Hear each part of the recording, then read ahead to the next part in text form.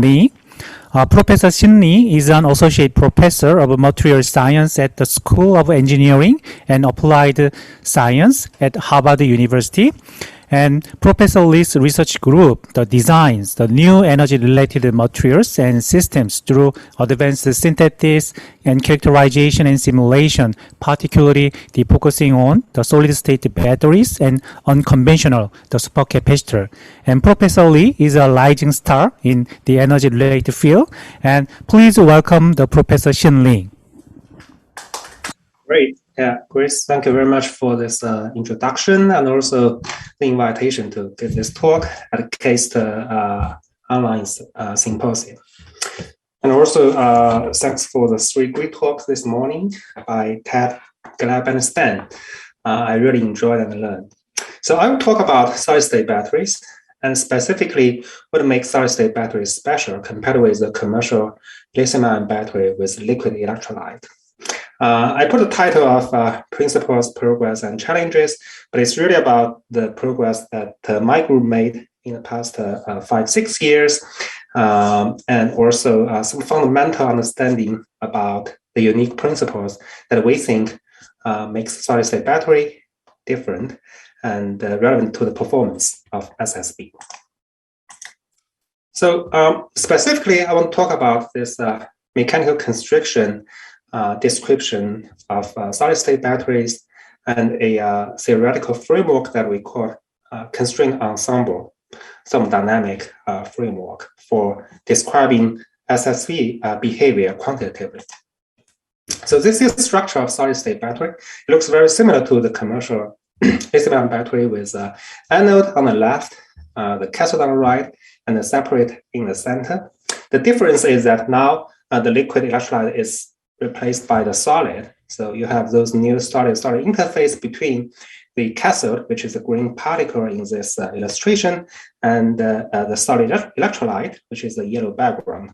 So those interface will have the new interface chemical and electrochemical stability issue to be solved. Chemically, if they are in contact with each other, it's likely that there will be immediate interface decomposition. And electrochemically, even that interface was stable right, in contact. If you charge it to high voltage or low voltage, it's likely that that interface will still cause some decomposition. And in addition to that, there are also issues like the bulk electrochemical stability. Right? The electrolyte itself could be unstable when you cycle in the battery beyond the voltage window, just like the liquid electrolyte at high voltage, where you have electrolyte decomposition issue beyond 4.5 volts, for example.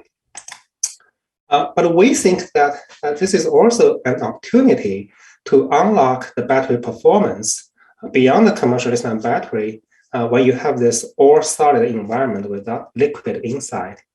Specifically, when you have this interface decomposition, illustrated by the red star here, right? That decomposition usually will cause a volume change. And in sulfide electrolyte environment, and the same for the halide electrolyte, those decomposition is often associated with a volume expansion, right? So that's what we call positive reaction strain. So this interface decomposition reaction is with a volume expansion reaction, and this will immediately feel the mechanical constriction from the solid environment. So this is very different from the liquid environment, where any such volume expansion interface reaction can intrude into the liquid without feeling this mechanical constriction, while in the all-solid environment, this interaction with the mechanical constricted background is very strong. So that kind of interaction can, in principle, change the reaction thermodynamics and kinetics. So that's something I want to emphasize through this talk. This is a physical picture of the constraint system. When you have a electrolyte, which is illustrated by the yellow ball here, we call it LGPS. It's lithium germanium phosphorus sulfide. It's a very common sulfide electrolyte. I just use LGPS as an example. Upon decomposition, for example, if you charge it to a very high voltage beyond its voltage window, it will decompose. And the decomposition phase is illustrated by this blue color. And as I mentioned, it's often with a volume expansion. And this expansion could be a 30 to 50% volume larger than the original phase. In order for this decomposition to happen, the Gibbs energy of this original LGPS phase has to go along this dashed yellow line to a lower value representing this decomposed phase. That's a GD, right? So that's universal for all the decomposition reaction. You have to go from high to low Gibbs energy direction. But now let's imagine that you have a mechanically rigid shell surrounding this this particle. Right? Then this decomposition reaction with volume expansion will feel this mechanical constriction immediately, and it's likely that if there is no crack form, right? So it's possible if you design it carefully, then you can create a metastability and change the dashed yellow line to the solid green line, and creating a local energy minimum. That's a metastable phase. And on the right side, it writes down three important quantities. Right? One is the Gibbs energy of all the phases, including the pristine phase and the decomposed phases. Now it's a function of the local stress or local pressure. This is very different from the liquid environment, because in the liquid, the pressure is equilibrated by the liquid environment, right? It's the same everywhere at all the interface inside the battery device. But in solid environment, this pressure is allowed to change and with a stress gradient locally, especially when there is a local decomposition. So pressure from this point to that point in a solid-state battery could be very different, right? So that means pressure is not a valid thermodynamic variable anymore for solid-state system. And this pressure is a function of the decomposition, right? A local decomposition with different decomposition phases will give you a different local pressure or stress field. And decomposition phase D is described by the lowest Gibbs free energy of all the possible phases, right? But this Gibbs energy is now a function of pressure. So basically, this pressure connecting all those thermodynamic quantities and make them coupled strongly. So that's the big difference between our solid-state system and the commercial lithium-ion battery system with liquid inside. We call this system constrained system, while the commercial liquid lithium-ion battery system is unconstrained. Right? So it's constrained thermodynamics versus unconstrained thermodynamics. That's some fundamental difference. Quantitatively, to describe the level of mechanical constriction locally, we introduce a quantity called effective modulus. That's a modulus largely on the level of the mechanical modulus of the solid electrolyte. If the sulfides, it's on the order of 20 to 30 gigapascal. And if the oxides, it will be much higher, around 100 gigapascal. The reaction string, as I mentioned, right? So it's often positive if it's volume expansion, and if it's volume shrinkage, then it's negative. So this quantity is represented by epsilon xn. So those two quantities is associated with the constraint ensemble description. So to compute this, we start from the standard convex Haar approach, right? So if you have a phase represented by the yellow star, you want to predict how it decomposes.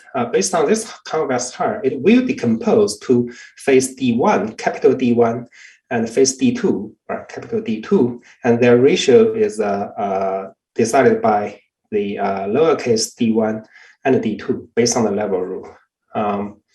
But now we have mechanical constriction, right? So in this constraint system, there is an additional term called K effective. That's the effective modulus I just introduced. Multiply the reaction strain and multiply a reference volume. That will be the energy scale, right? So then this is a scale that the energy Haar will be modified as illustrated on the bottom plot. So it's likely that this decomposition will not be the original D1 and D2 phases, but will be changed to some other phases, depending on this level of modulation. So this is what we call the perturbation method. That's the simplest way to calculate this constraint system. And it's compatible with high throughput approach that I will mention later. There's a more extensive method that we call the minimization or Lagrange method. It's not compatible with the high throughput method, but it is more precise. So this is a concrete prediction for LGPS. If without this mechanical constriction, right, so at 0 gigapascal of effective modulus, that would be like this LGPS in the liquid electrolyte, right? So its voltage window is very narrow, represented by this red line, right? So this horizontal region at 0 is its voltage window. So it's from 1.7 to 2.2 volt. With increased effective modulus from 5 to 10 to 15 gigapascal, you can see that the voltage window is expanded to this blue, purple, and black. Right. So as I mentioned, the 20 gigapascal is pretty much the highest level of mechanical constriction you can expect in a sulfide electrolyte SSB. So that means the voltage window can be expanded up to around 4 volt if we only consider this thermodynamic metastability effect, and down to about 1 volt. Right. Yeah. So there are two important messages. One is that mechanical constriction can widen this voltage window significantly. And the second is that beyond 4 volt, right, so most sulfides are still thermodynamically unstable, and the same if it's below 1 volt. So let's look at, right, so when this LGPS or any sulfide is in direct contact with lithium, right, so what do we expect to see?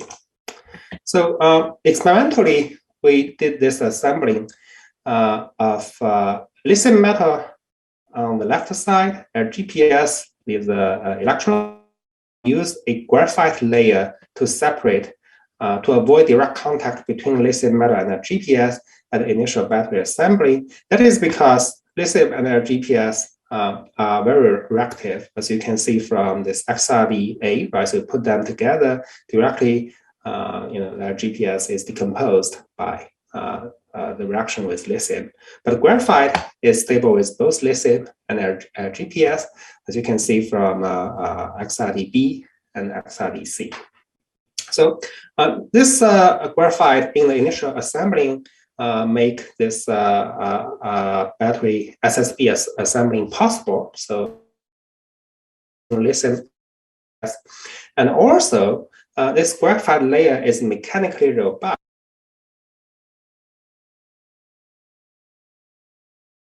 This powder on the other side, you need to apply certain mechanical stress to make them into a dense pellet.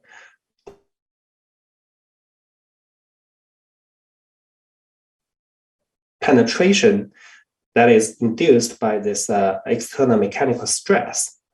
So that's another function of this graphite layer. So this assembling is with mechanical constriction applied, right? So it's a very dense pellet, and the testing is under 100 megapascal, right? So that's applying a stack pressure. And that's to maintain this local mechanical constriction locally, that's on order of gigapascal, right? So that's different concepts. And we can cycle it at a low current density, 0.25 milliampere per square centimeter, up to 3 milliampere per square centimeter, and cycle back, right? So the system is robust against high current density. We can do the same up to 10 milliampere per square centimeter, and cycle back. Yeah, and also we can cycle for a long time, up to like 500 hours. Yeah. So if you look at the microstructure, right? So after like 300 hours of battery cycling, this lithium and graphite layer merge together. Originally, there are two separate layers in the initial battery assembly. But after 300 hours of cycling, lithium and graphite merge into one layer. So lithium will plate in between those graphite particles. And in a magnified view, it shows that there's no porous region. Right. But if you have a lithium in direct contact with LGPS, right? First, this battery cannot stand for high stack pressure, right? So basically, it's some low stack pressure, and you cycle it. You see that there are many porous regions generated after just 10 hours of cycling. And on the top figure, right, so the black one is this lithium in direct contact with their GPS battery fills almost immediately. So we consider this lithium graphite composite anode in contact with their GPS and under high stack pressure. That's a mechanically constricted system described by the constraint ensemble, while the bottom one, right, so it's some loose contact of lithium and their GPS and without high stack pressure, so that's a unconstrained system or weakly constrained system. So we have a specific prediction, right? As I mentioned, in direct contact with lithium metal, no sulfides are exactly stable. For this LGPS, it predicts that if the K effective is set to 0 gigapascal, the decomposition products are CLi. C is lithium sulfide, L is lithium germanium alloy, and I is lithium phosphide. Yeah. So when we increase this K effective level up to 10 and 15 gigapascal, we find that the decompositions are changed to C and R. Right? C is again lithium sulfide, but R is germanium phosphide. Yeah. If you compare those two different types of decompositions, right? So germanium phosphide, germanium and phosphorus both are much less reduced compared with phosphorus in lithium phosphide and germanium in lithium germanium alloy. That's something you can easily estimate from the beta charge analysis from DFT calculation. And this is a very concrete prediction, right? So basically, it predicts that with increased mechanical constriction, germanium and phosphorus reductions are reduced or suppressed. So in experiment, right? So in that previous slide, lithium in direct contact with LGPS is a weakly constrained system. We took the battery after cycling and did X-ray photoelectron spectroscopy, XPS. We find that there is a peak representing lithium germanium alloy, right? And also a peak representing lithium phosphide, consistent with what we predicted at 0 gigapascal K effective from DFT calculation using our constraint ensemble thermodynamic description. While with this lithium graphite composite anode, we consider that experimentally mechanically constricted. We find that germanium and phosphorus peaks, reduction peaks, are both less reduced compared with the left case. Right, so that's consistent with this prediction based on our constraint ensemble. So now let's move to the cathode side. Right, so the electrolyte in the cathode also has this issue of voltage decomposition if it's 5, 10, or beyond this 4 volt thermodynamic voltage window. So we did a battery assembling, right? So this battery is with LGPS mixed with conductive carbon in the cathode region, then pure LGPS separator, and then the lithium graphite composite anode. And we assemble them with different level of mechanical constrictions. This 1T, 0T, I won't explain the detail. One is the formation pressure, then is the stack pressure. The black, red, and blue ones are with different levels of mechanical constriction, while the purple one is with the best mechanical constriction that we can design in experiment. basically 6 tons of formation pressure and 2 tons of this stack pressure is actually the force I've divided by the area to convert it into the pressure. So we find that this purple one, right, so you sweep from OCV, open circuit voltage, around 2.5 volt up to 10 volt, right? So we see little decomposition current. While for the other 3 control samples, we see beyond a certain voltage, around 4 to 6 volt, there's a strong decomposition current generated, right? Yeah. So and from the resistance, it's the same, right? So there's a resistance increase for those 3 control samples. While for the sample with the best mechanical constriction, we can sweep the voltage up to 10 volt. If we do the XPS analysis, right? So for the purple one, we charge to about 3.2 volt. And take it out to do XPS, little decomposition, charge it to 9.8 volt, and XPS, right? So just slightly more decomposition is still the original, largely the original shape of the phosphorus and the sulfur XPS peaks. In the control sample, where LGPS is in the liquid electrolyte, you charge it to 3.2 volt, right? So it's severely decomposed. Basically, without a mechanical constriction, right, 3.2 volt is already beyond its thermodynamic window, which is around 2.2 volt, right? Going beyond 2.2, it decomposes, and that's predicted and also experimentally confirmed. While with mechanical constriction in the all-solid environment, right, so we can charge to very high voltage, even beyond what we predicted about 4 volt, right? With mechanical constriction, it can expand to 4 volt. But beyond 4 volt, what can stabilize this electrolyte, right? So as a material scientist, it's not difficult to figure out. It has to be some kinetic stability, right? So this is just a computational prediction, right?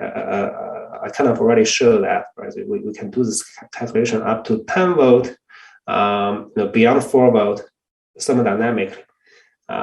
It's not stable, right? It's unstable. Metastability can only go beyond 4 volt. I do not expect to read this prediction. Those details are basically the oxidation of all those phases are suppressed if you increase the mechanical constriction. But again, right, so it cannot go beyond 4 volt based on the thermodynamic metastability. So we think it's a kinetic stability. Specifically, to give it a concrete picture. Assuming that you have a LGPS for any electrolyte particle, the pristine phase is a green one, and you have a red decomposition. Between the decomposed and undecomposed region, we call it decomposition front, the frontmost decomposition area, and magnify it. In order for this decomposition front to propagate or to consume more LGPS, you need this ionic interdiffusion on the decomposition front, right? So this LGPS has to be able to decompose into lithium sulfide, germanium sulfide, phosphorus sulfide, etc. All those binary phases will need at least a local ionic interdiffusion to make it happen. Remember that I mentioned that this decomposition is with positive reaction string, a general local string stress field. And this kind of compressive string stress field to the gray region, right, so the undecomposed region, will largely reduce the ionic diffusivity by orders of magnitude. So basically, this is a self-limiting mechanism. A decomposition will generate the string stress field surrounding the decomposition front, and that will limit ionic interdiffusion, so limit decomposition from happening. Yeah, so this is we call it kinetic stability, and this string stress field predicted by this picture is actually observed in experiment. So we charge the same type of SSD battery to different voltage, 3.2, 7.5, 9.8 volt, compared with the pristine one. They all have this LGPS crystalline peaks, right? So the phase is not changed up to 9.8 volt, compared with the bot liquid one, right? So it's completely decomposed. If we compare these undecomposed solid state LGPS, their peaks, we overlap them in the second figure. There is a slight peak broadening when you go to high voltage, especially at 7.5 to 9.8 volt. If we plot this peak broadening, right, or the four-way half maximum increase by this high voltage, plot is broadening versus the 2 theta angle, right? So there are many peaks at different 2 theta angles. We find that this 7.5 volt sample follows this trend of tangent theta. So that's the string broadening based on the XRD theory. While if it's size broadening, right, it'll be this horizontal black line. And that's the same for 9.8 volt sample, right? So there is string broadening. While for this 3.2 volt, right, within this metastable voltage window, there is no any broadening effect. Right? Similarly, if you do XAS analysis, we see that the dip intensity increase. And in our simulation of XAS, we add some string to the supercell. When we do the XAS simulation, we find that this dip intensity can be increased when the string is increased. Right? So basically, that's the string that we observed in experiment charging beyond this thermodynamic metastable voltage window. Right? So that's consistent with the kinetic stability picture that we described on the previous slide. So now let's focus on this cathode and electrolyte interface, right? So in liquid electrolyte system, that's SEI, right? Here you have interface decomposition. To limit it, what approach we can do, right, in terms of materials design. Yeah. So remember that this LGPS, right? So with different level of mechanical constriction or K effective, this voltage window can be widened, and beyond which there will be decomposition. If we try to solve this problem in a different way, or ask this question in a different way, what kind of mechanical constriction is sufficient to give you this metastability at a given voltage? Right, so that's kind of an equivalent question to ask. This is something I want to quickly solve for you. It's not too difficult to understand. For any interface decomposition, still we use this convex tire approach, right? So people could, especially people are doing DFT calculation, could pseudo binary approach, right? So the principle is the same. Yeah. So the figure A is unconstrained situation.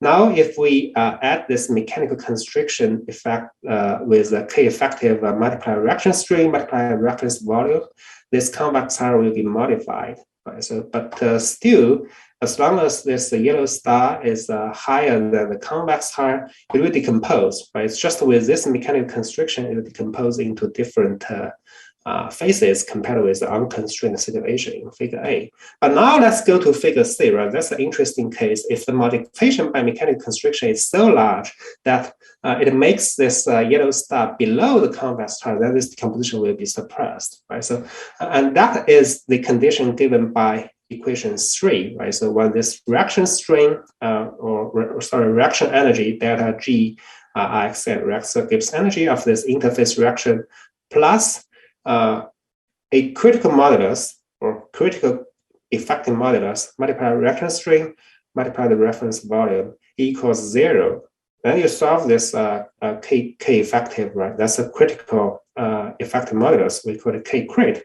That will be the critical modulus that divides the situation in figure B and figure C, right? So when this critical modulus is, or when this local mechanical constriction is larger than this critical modulus, the decomposition on the interface will be suppressed. Otherwise, the decomposition can propagate.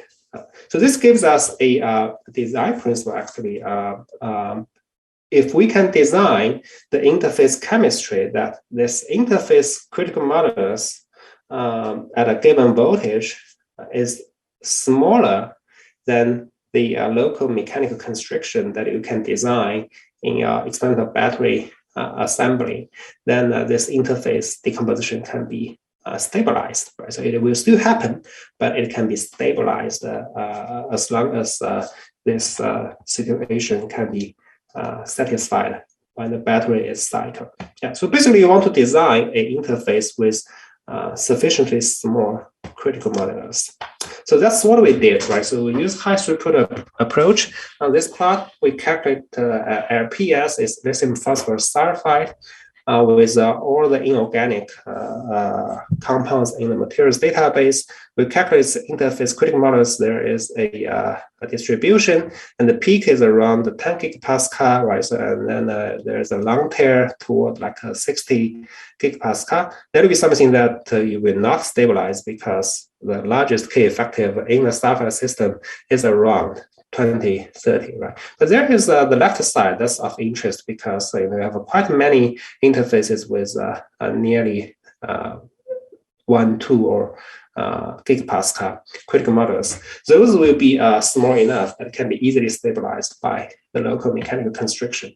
If you do the elemental mapping of all those interfaces, right? So those reddish one will give you small critical modulus, while the bluish one will give you the opposite. So you want the interface, if it's with LGPS electrolyte, to be with more fluorine, oxygen, chlorine, tungsten, vanadium, etc., to be designed inside.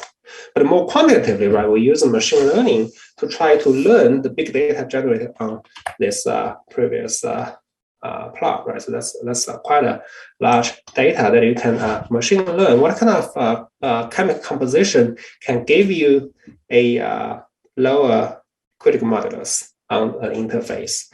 And the DFT predicted is on the y-axis, and the decision tree method can predict the critical modulus is the horizontal axis. They actually agree well with each other.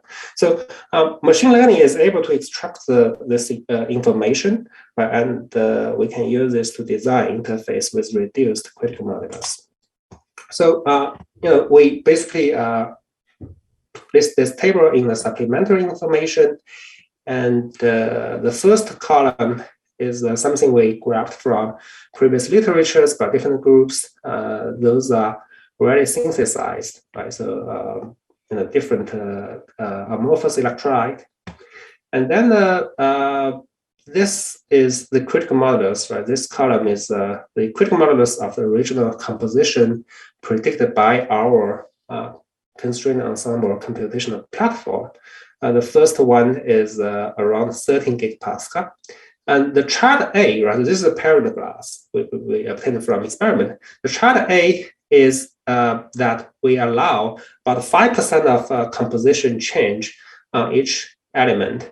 The goal is to use the machine learning method to predict a new composition, right, with you are allowed to add some new elements to reduce the critical modulus. And this one is 7.6 gigapascal, right? Just 5% of composition modification, introducing some new elements, you can reduce this critical modulus on interface from 13 to 7 gigapascal. If you allow 10% of composition modification, right, this can be further reduced to around 3.88 gigapascal. If you do not impose any constraint to the elemental composition change, then it can reduce to about 1.36 gigapascal. This unconstrained composition change, kind of free change of composition, is not recommended because you move too far away from the parent phase with a nice conductivity, right? So you just want a small composition change that the original conductivity is maintained while the critical modulus on the interface is reduced to benefit the solid-state battery performance. For example, right, so we start from this parent one, right? It's called LGPSI, iodine doped LGPS. This is to illustrate how the machine learning platform works.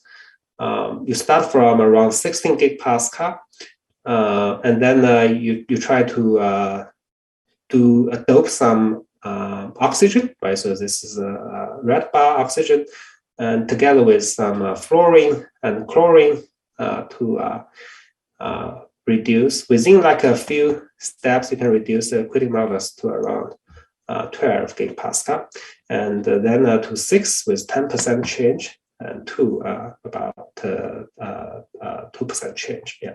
So basically, this modification is very efficient. So we try to compare with the experiment. So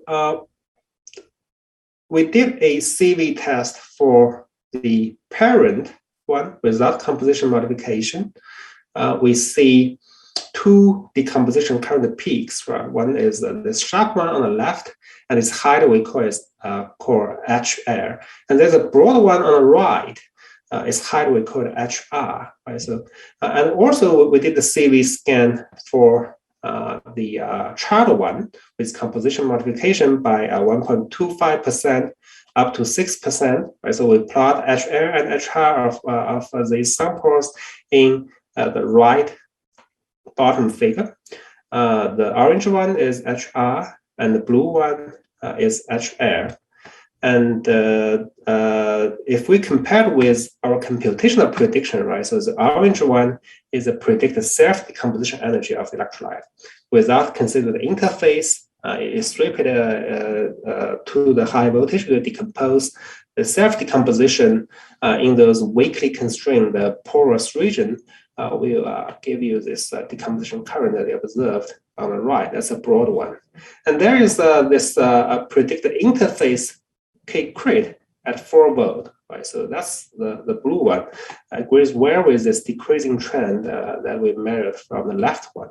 That's why we think that this left one is the interface decomposition, and with reducing critical modulus, this interface decomposition is suppressed, represented by this decreasing level of the left sharp peak.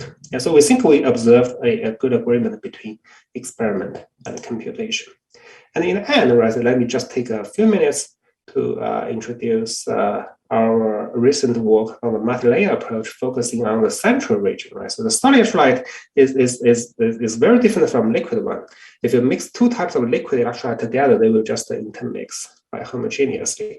While for solid, you are allowed to introduce 2 different types of electrolytes to make into this multilayer configuration, and that really changes the performance. If you have LGPS in the center and 2 lithium on both sides, there's a symmetric cell you can cycle it. Because LGPS and lithium interface is very unstable, there will be interface decomposition. And you can see that after a few hours of cycling, just a few cycles, there's a voltage ramping up. Based on the Ohm's law at a fixed current density, if the voltage increases, the resistance increase, right? Because lithium and LGPS reacts, and decomposition is with much reduced lithium conductivity, so voltage ramping up and the battery filled. And if you change this LGPS with LPSCl, the composition, chlorine composition is 1.5 there. You can find that this battery can cycle up to about 150 cycles.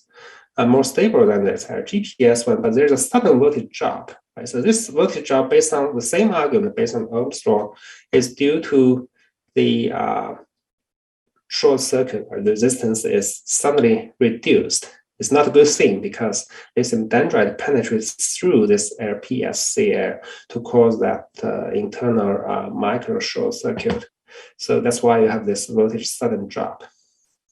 So LPSCl is chemically more stable with the lithium metal. So you don't have that primary interface decomposition, but instead, right, so lithium dendrite can penetrate through those micro cracks and cause a different failure, 2 different types of failure mechanisms. But if you combine them into the multi-layer approach, you put LPSCl in direct contact with the lithium graphite composite anode and LGPS in the center. We find that this battery can cycle very stably up to, on this plot, it's close to 1800 hours, but actually it can cycle for quite a longer time. And also at 20 milliampere per square centimeter current density, right? So it's very, very high current density. It can also cycle. This is not the CCD. This is not the critical current density. You can cycle to 40 milliampere per square centimeter for such a multi-layer configuration, which is a super high current density you cannot expect in the lithium-ion battery with liquid electrolyte. So if we disassemble it, right, so we do the XRD analysis, we find, okay, there's string broadening, we do the XPS, we find there is like slight decomposition, right? So decomposition-induced string broadening is still observed in this system. Since the system can cycle well, right? So for that multi-layer approach, this is multi-layer data. We believe that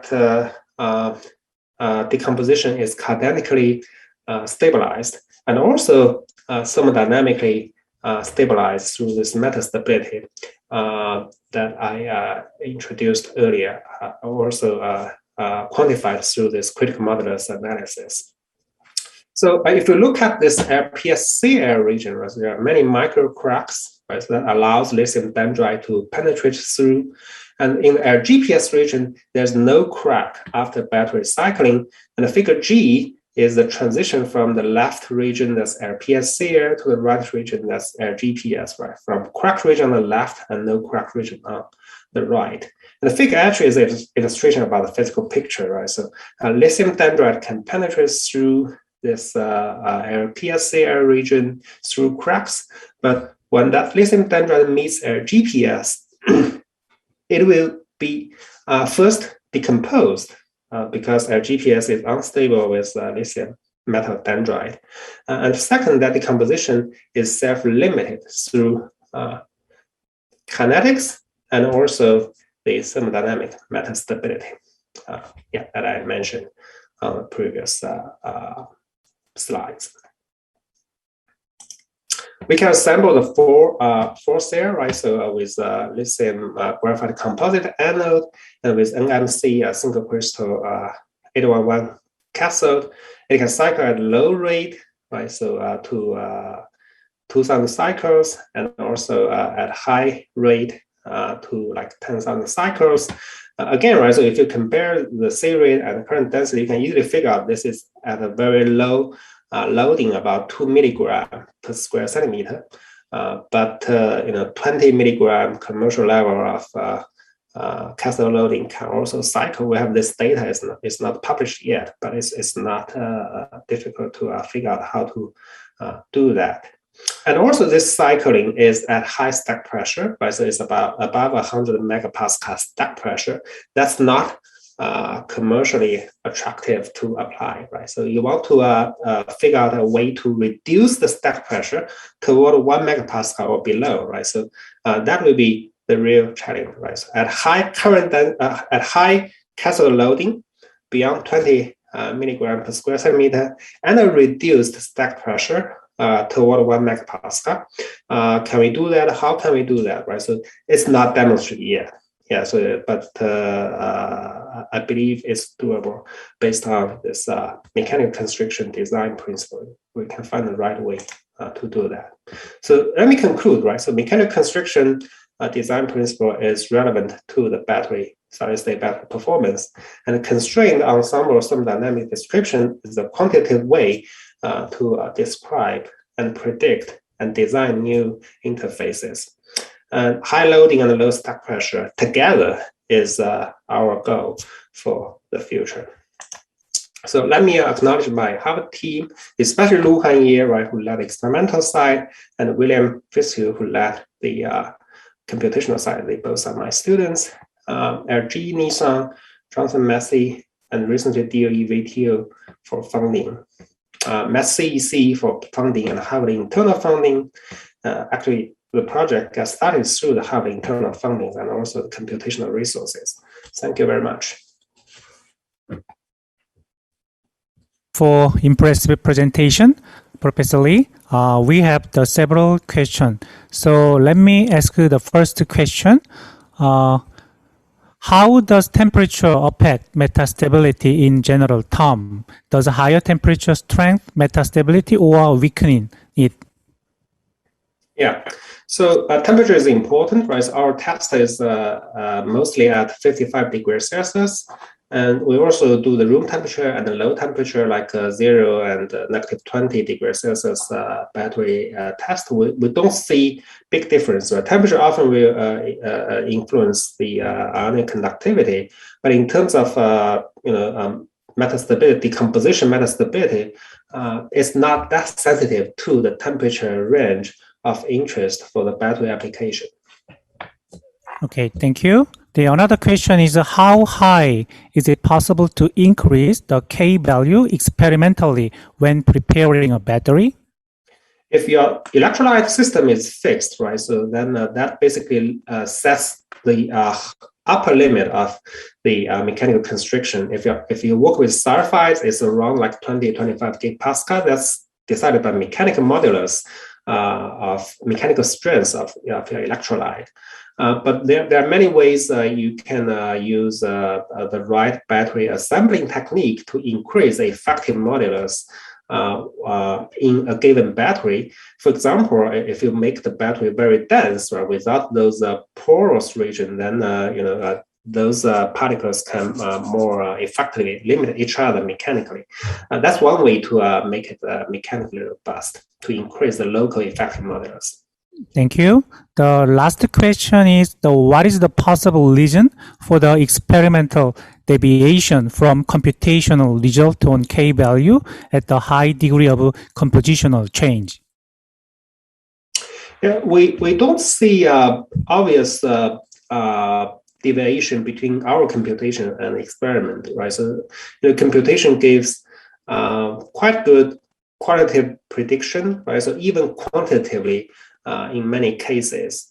That said, there is definitely a certain difference to be figured out, right? So I think experimentally, you have to make sure there's no artifact, while computationally, this model is still under development, right? So we consider the metastability quantitatively, but we haven't considered the kinetic stability quantitatively, right? That's not introduced into our theoretical framework yet. And there are also many other factors like the mechanical fracture effect or all those more complex details in the certain modeling is to be developed by my group. We are working on it, and also welcome the field to also develop together. I think that's very important. Yeah. Okay, so thanks for kind explanation. Then I would like to thank the Professor Li again. Thank you. Thank you.